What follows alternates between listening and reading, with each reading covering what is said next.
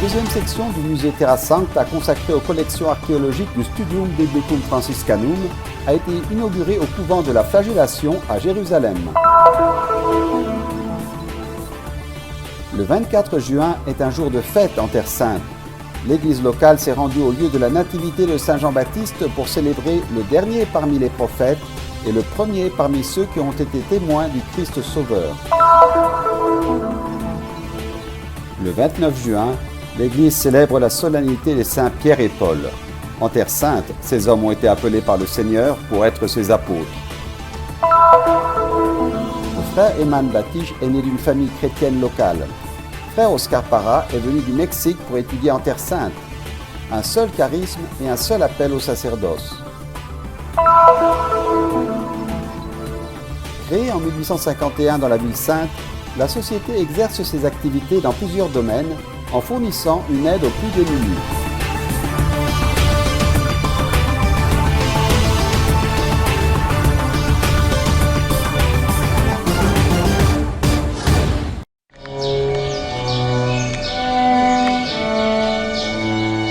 Une citerne d'époque byzantine, une salle plus ancienne reliée aux pièces d'une maison des croisés, et enfin une cour splendide avec ses adjacences de l'époque mamelouk. Voilà où se situe la deuxième section, celle archéologique du musée Terra Sancta, inauguré le 27 juin en présence du custode de Terre Sainte, frère Francesco Pattone, du nonce apostolique, monseigneur Leopoldo Girelli, des consuls généraux d'Italie et d'Espagne et beaucoup d'autres autorités. S'engager dans l'aventure du musée, c'est être cohérent avec notre histoire. En tant que franciscains de Terre Sainte, nous avons aimé et continuons d'aimer profondément cette terre. Et pour cela, nous avons pris soin des lieux saints, des sanctuaires, pour l'amour de la parole de Dieu et de la parole de Dieu incarnée. Ce musée pour le public sera composé d'une première partie dans laquelle seront présentées les découvertes des sites bibliques, objets de fouilles par les frères franciscains, et d'une seconde, celle inaugurée, qui expose des collections de découvertes triées par thème. Questa volta ci siamo accentrati un poco sugli oggetti dell'epoca della vita di Gesù. Un poco prima, Cette fois, nous nous sommes concentrés sur les objets de la vie de Jésus, un peu avant, un peu après, pour donner une idée de ce qui pouvait être trouvé dans les maisons de l'époque, de ce que Jésus voyait et qui pouvait l'inspirer pour ses paraboles. La parabole des lampes à huile, de la mariée, des petits vases, des mines et des talents. Nous voulons amener les gens à voir les objets que Jésus a présentés dans ses enseignements. Cette expérience proposée par le musée aidera à mieux comprendre l'histoire du christianisme et les lieux d'où il provient. Un instrument pour construire un pont de paix. Personalmente credo che quando le persone si incontrano Personnellement, je crois que lorsque les gens se rencontrent, ils peuvent découvrir qu'ils ont des racines communes et la possibilité de cheminer ensemble vers l'avenir, dans le respect mutuel, la fraternité et l'amitié. Rispetto reciproco, direi anche nella fraternità e nell'amicizia.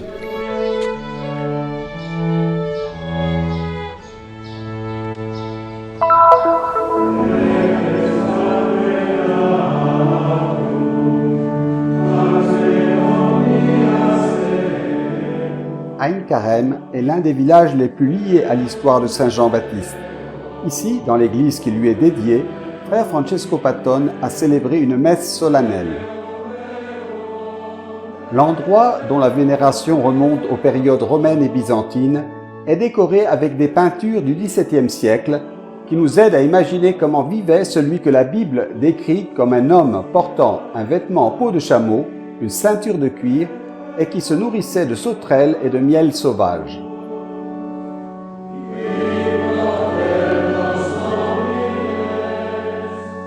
Au cours de l'homélie, le Père Custode a expliqué comment les événements vécus par Jean-Baptiste s'actualisent dans nos vies. Nous sommes nés, comme lui, par la volonté de Dieu, et, comme lui, nous avons un appel et un service. Quelle que soit notre vocation, a-t-il poursuivi, nous devons encourager la rencontre des gens avec Jésus. Le frère François a également invité les jeunes franciscains qui se préparent au sacerdoce et qui, dans cette célébration, ont reçu le ministère de lecteur et d'acolyte, à suivre l'exemple du précurseur de Jésus. Per me è stata una bendición justamente de haber recibido C'est une bénédiction de recevoir la grâce de pouvoir prêcher la parole de Dieu. Chacun de nous doit témoigner non seulement avec la parole, mais aussi avec la vie. La parole doit s'incarner en nous pour nous permettre de témoigner d'une manière authentique. que se ha leído se hace carne la persona y después nosotros lo damos testimonio. À la fin de la messe, les participants se sont rendus en procession à la grotte qui conserve la mémoire du lieu de naissance du prédicateur du désert. Le moment s'est terminé avec le cantique du Benedictus, entonné pour la première fois par Zacharie il y a 2000 ans. Benedictus Dominus Deus Israel.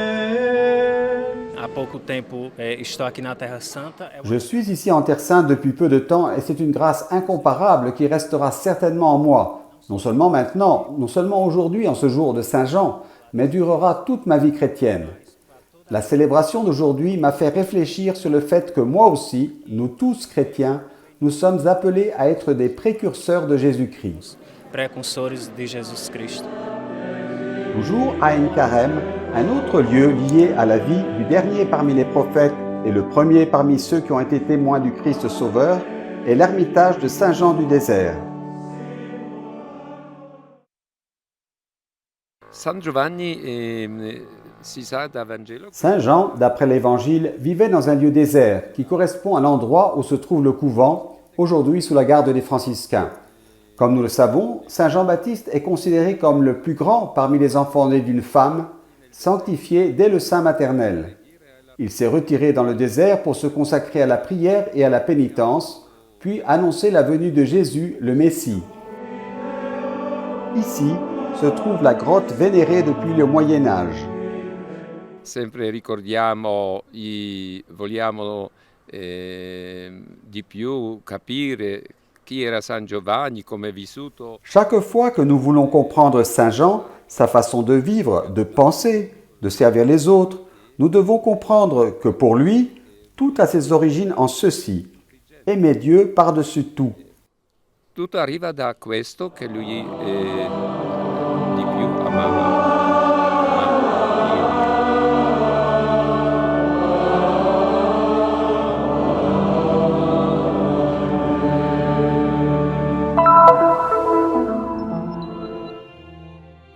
L'un pécheur, l'autre maître et docteur. Des hommes appelés directement par le Seigneur pour le suivre et qui sont devenus des prédicateurs et des témoins de l'Évangile. Pietro ha conosciuto personalmente il Signore. Pierre a rencontré le Seigneur personnellement et a été appelé par lui alors qu'il marchait sur les rives de la mer de Galilée avec son frère André et d'autres disciples. Il a été invité à rejoindre le groupe d'apôtres qui devint plus tard le groupe de ceux qui suivirent de près le Seigneur. Il gruppo che più da vicino seguirà il Signore. En fait, Pierre a eu le privilège de participer à de nombreuses expériences fortes aux côtés du Christ, comme la transfiguration sur le mont Tabor et la passion elle-même. Dans sa fragilité, il a renié le Maître, mais en revanche, il a touché du doigt la miséricorde infinie du Christ, le rencontrant ressuscité sur les rives de la mer de Galilée.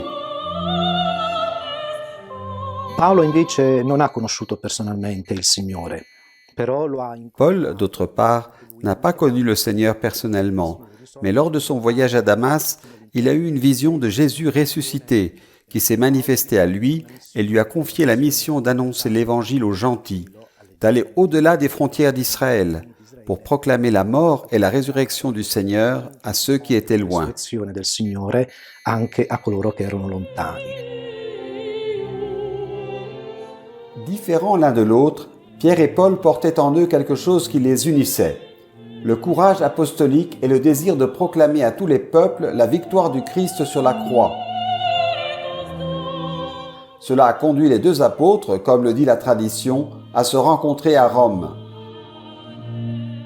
Secondo la tradizione, essi verranno martirizzati durante il periodo di Nerone, intorno al 67, durante questo... Selon la tradition, ils furent martyrisés à l'époque de Néron vers l'an 67, dans le contexte de la persécution des chrétiens. C'est à cause d'elle que Pierre et Paul finirent ainsi, après avoir fait l'expérience de la prison. Les textes les présentent comme deux modèles qui revivent l'expérience du Christ, chacun à sa Quella manière. che è stata l'esperienza stessa di Gesù, anche appunto con modalità differenti. La fête de Pierre et Paul, considérée comme des colonnes de l'Église, comme l'a dit Benoît XVI, est la fête de la catholicité. C'est le signe de la Pentecôte pour la nouvelle communauté qui parle dans toutes les langues et unit tous les peuples en un seul peuple, en une famille de Dieu, et ce signe est devenu une réalité. Ecco, di celebrare. C'est le choix de l'Église de célébrer dans une seule fête les mérites et la gloire de ces deux apôtres qui ont contribué à l'édification d'une seule Église. Dans certaines illustrations, Pierre et Paul sont représentés embrassés, comme dans une seule étreinte, Pierre embrassant Paul, constituant cette unité dans la diversité. Nella diversità. دعوتي ابتدأت في مراحل متقدمة لما كنت في عمر 19 سنة. Mon appel est arrivé quand j'avais 19 ans. J'ai toujours prié avec ma famille et j'ai senti au-dedans de moi que Jésus m'envoyait un nouveau message d'amour et de foi à travers la prière et la contemplation de son action. Je pouvais entendre sa voix et son appel à vivre avec lui et à prêcher son amour comme les apôtres. نداء حتى أعيش معه مثل الرسل حتى أبشر في محبته وأعيشها مثل الرسل. Bueno, la vocación es un misterio y es un don. Y eso es... La vocation est un mystère et un don, c'est la beauté de la vocation. Un don et un mystère à découvrir. Par exemple, je l'ai découvert dans une retraite spirituelle. Et puis la vocation mûrit petit à petit dans la vie quotidienne, dans la famille, à l'école, avec les amis, dans le groupe de chant. Et jour après jour, on la découvre de plus en plus au point de prendre une ferme décision pour toute la vie. Le même charisme et le même appel au sacerdoce, mais avec des origines et des histoires différentes. L'un est un chrétien local qui a grandi dans une famille arabe catholique. L'autre vient du Mexique. Il a quitté sa Morenita, Notre-Dame de Guadeloupe, pour continuer ses études de théologie dans la custodie de Terre Sainte. Un cheminement qui conduira le père Eman Batich et le frère Oscar Parra le 30 juin prochain à être ordonné prêtre dans la basilique de l'Annonciation à Nazareth. Il y aura aussi l'ordination diaconale de 12 frères mineurs. Au cours de leur expérience d'étudiants et ensuite de diacres, ils ont servi dans des célébrations liturgiques avec les malades et les chrétiens locaux, ou par exemple, comme frère Oscar, avec les volontaires de la custodie. Tous deux partagent avec nous leur histoire et leurs attentes au début de ce nouveau parcours. أنا بشكر كثير ربنا على نعمة الدعوة خاصة إنه دعاني إن أكون مسيحي في عائلة مسيحية. Je rends grâce à Dieu de m'avoir appelé, d'être chrétien et d'avoir grandi dans une famille chrétienne qui m'a donné les bases et m'a aidé à découvrir la richesse de ma foi et mon appel en tant que chrétien. Il ne fait aucun doute qu'il y a de nombreux défis sur le chemin des chrétiens consacrés. Mais je reste bien ancré aux prières et aux orientations spirituelles.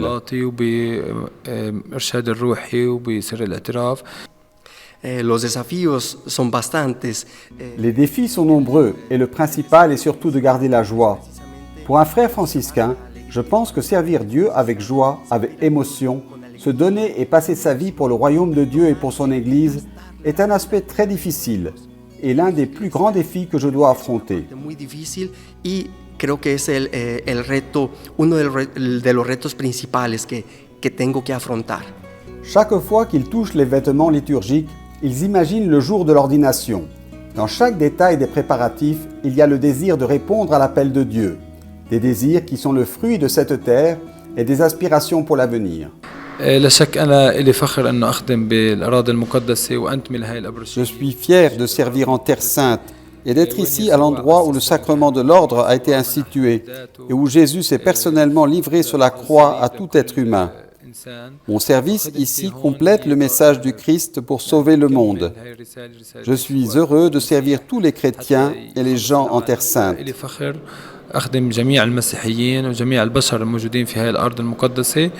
¿Qué deseo para el futuro? ¿Cuáles son mis planes? Solamente tengo uno. Qu'est-ce que je veux pour le futur? Quels sont mes plans? Je n'en ai qu'un seul, et c'est le principal que j'ai écrit au moment où j'ai décidé d'entrer dans l'ordre des frères mineurs.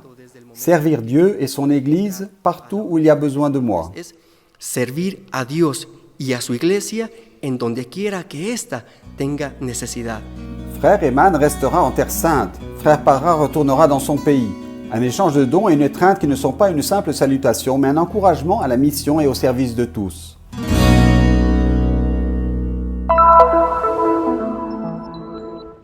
Un charisme basé sur la mission et la charité. La Société de Saint-Vincent de Paul, dont le fondateur est le bienheureux Frédéric Ozanam, est née en France en 1833, inspirée par la vie du saint français. En 2017, les membres de la Société ont célébré le 400e anniversaire du charisme depuis l'époque où Saint Vincent de Paul a attiré l'attention sur les pauvres. Un mouvement international qui est aujourd'hui présent dans environ 150 pays, dont la Terre Sainte, où une organisation de laïcs a été créée dans le but de renforcer la présence chrétienne et de promouvoir la justice sociale.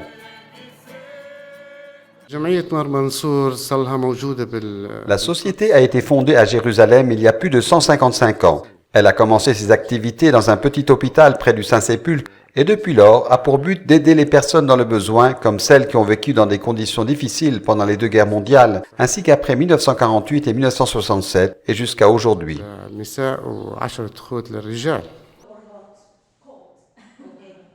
Dans la ville sainte, l'institution travaille à travers des programmes de soutien social, éducatif et financier pour soulager la souffrance de ceux qui sont sévèrement éprouvés par des situations politiques et économiques difficiles. Parmi les activités principales figure l'aide aux enfants et aux adolescents pour leurs études à l'école et à l'université, le soutien aux hôpitaux, aux malades, aux orphelinats, aux personnes âgées, ainsi qu'une aide matérielle et spirituelle aux familles chrétiennes qui ont perdu leurs proches.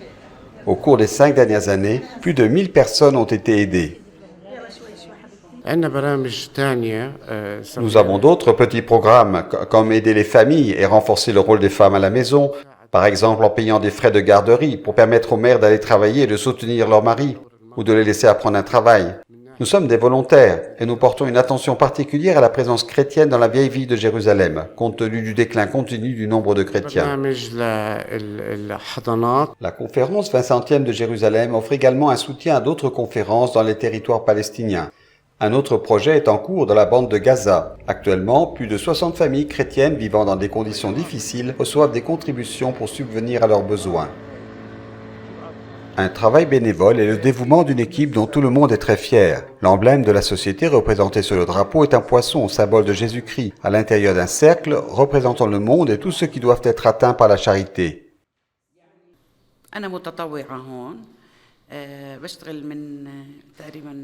Je fais du bénévolat ici depuis 17 ans et nous nous sentons très bien lorsque nous avons l'occasion d'aider ceux qui en ont vraiment besoin. Ce travail nous rend heureux et nous donne une grande motivation, surtout quand on fait sourire quelqu'un. Et la chose la plus importante dans notre travail est de ressentir ce que les gens vivent réellement. Parfois j'ai pleuré en écoutant certaines histoires. Un message de solidarité inspiré de la célèbre phrase d'Ozanam « Je voudrais enserrer le monde entier dans un réseau de charité ».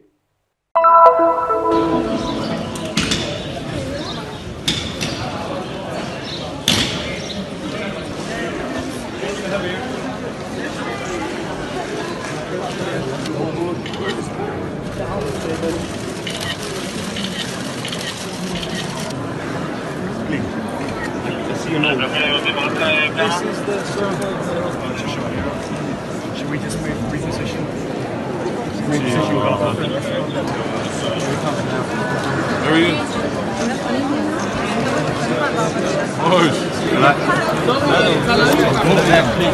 Just jelly step out there.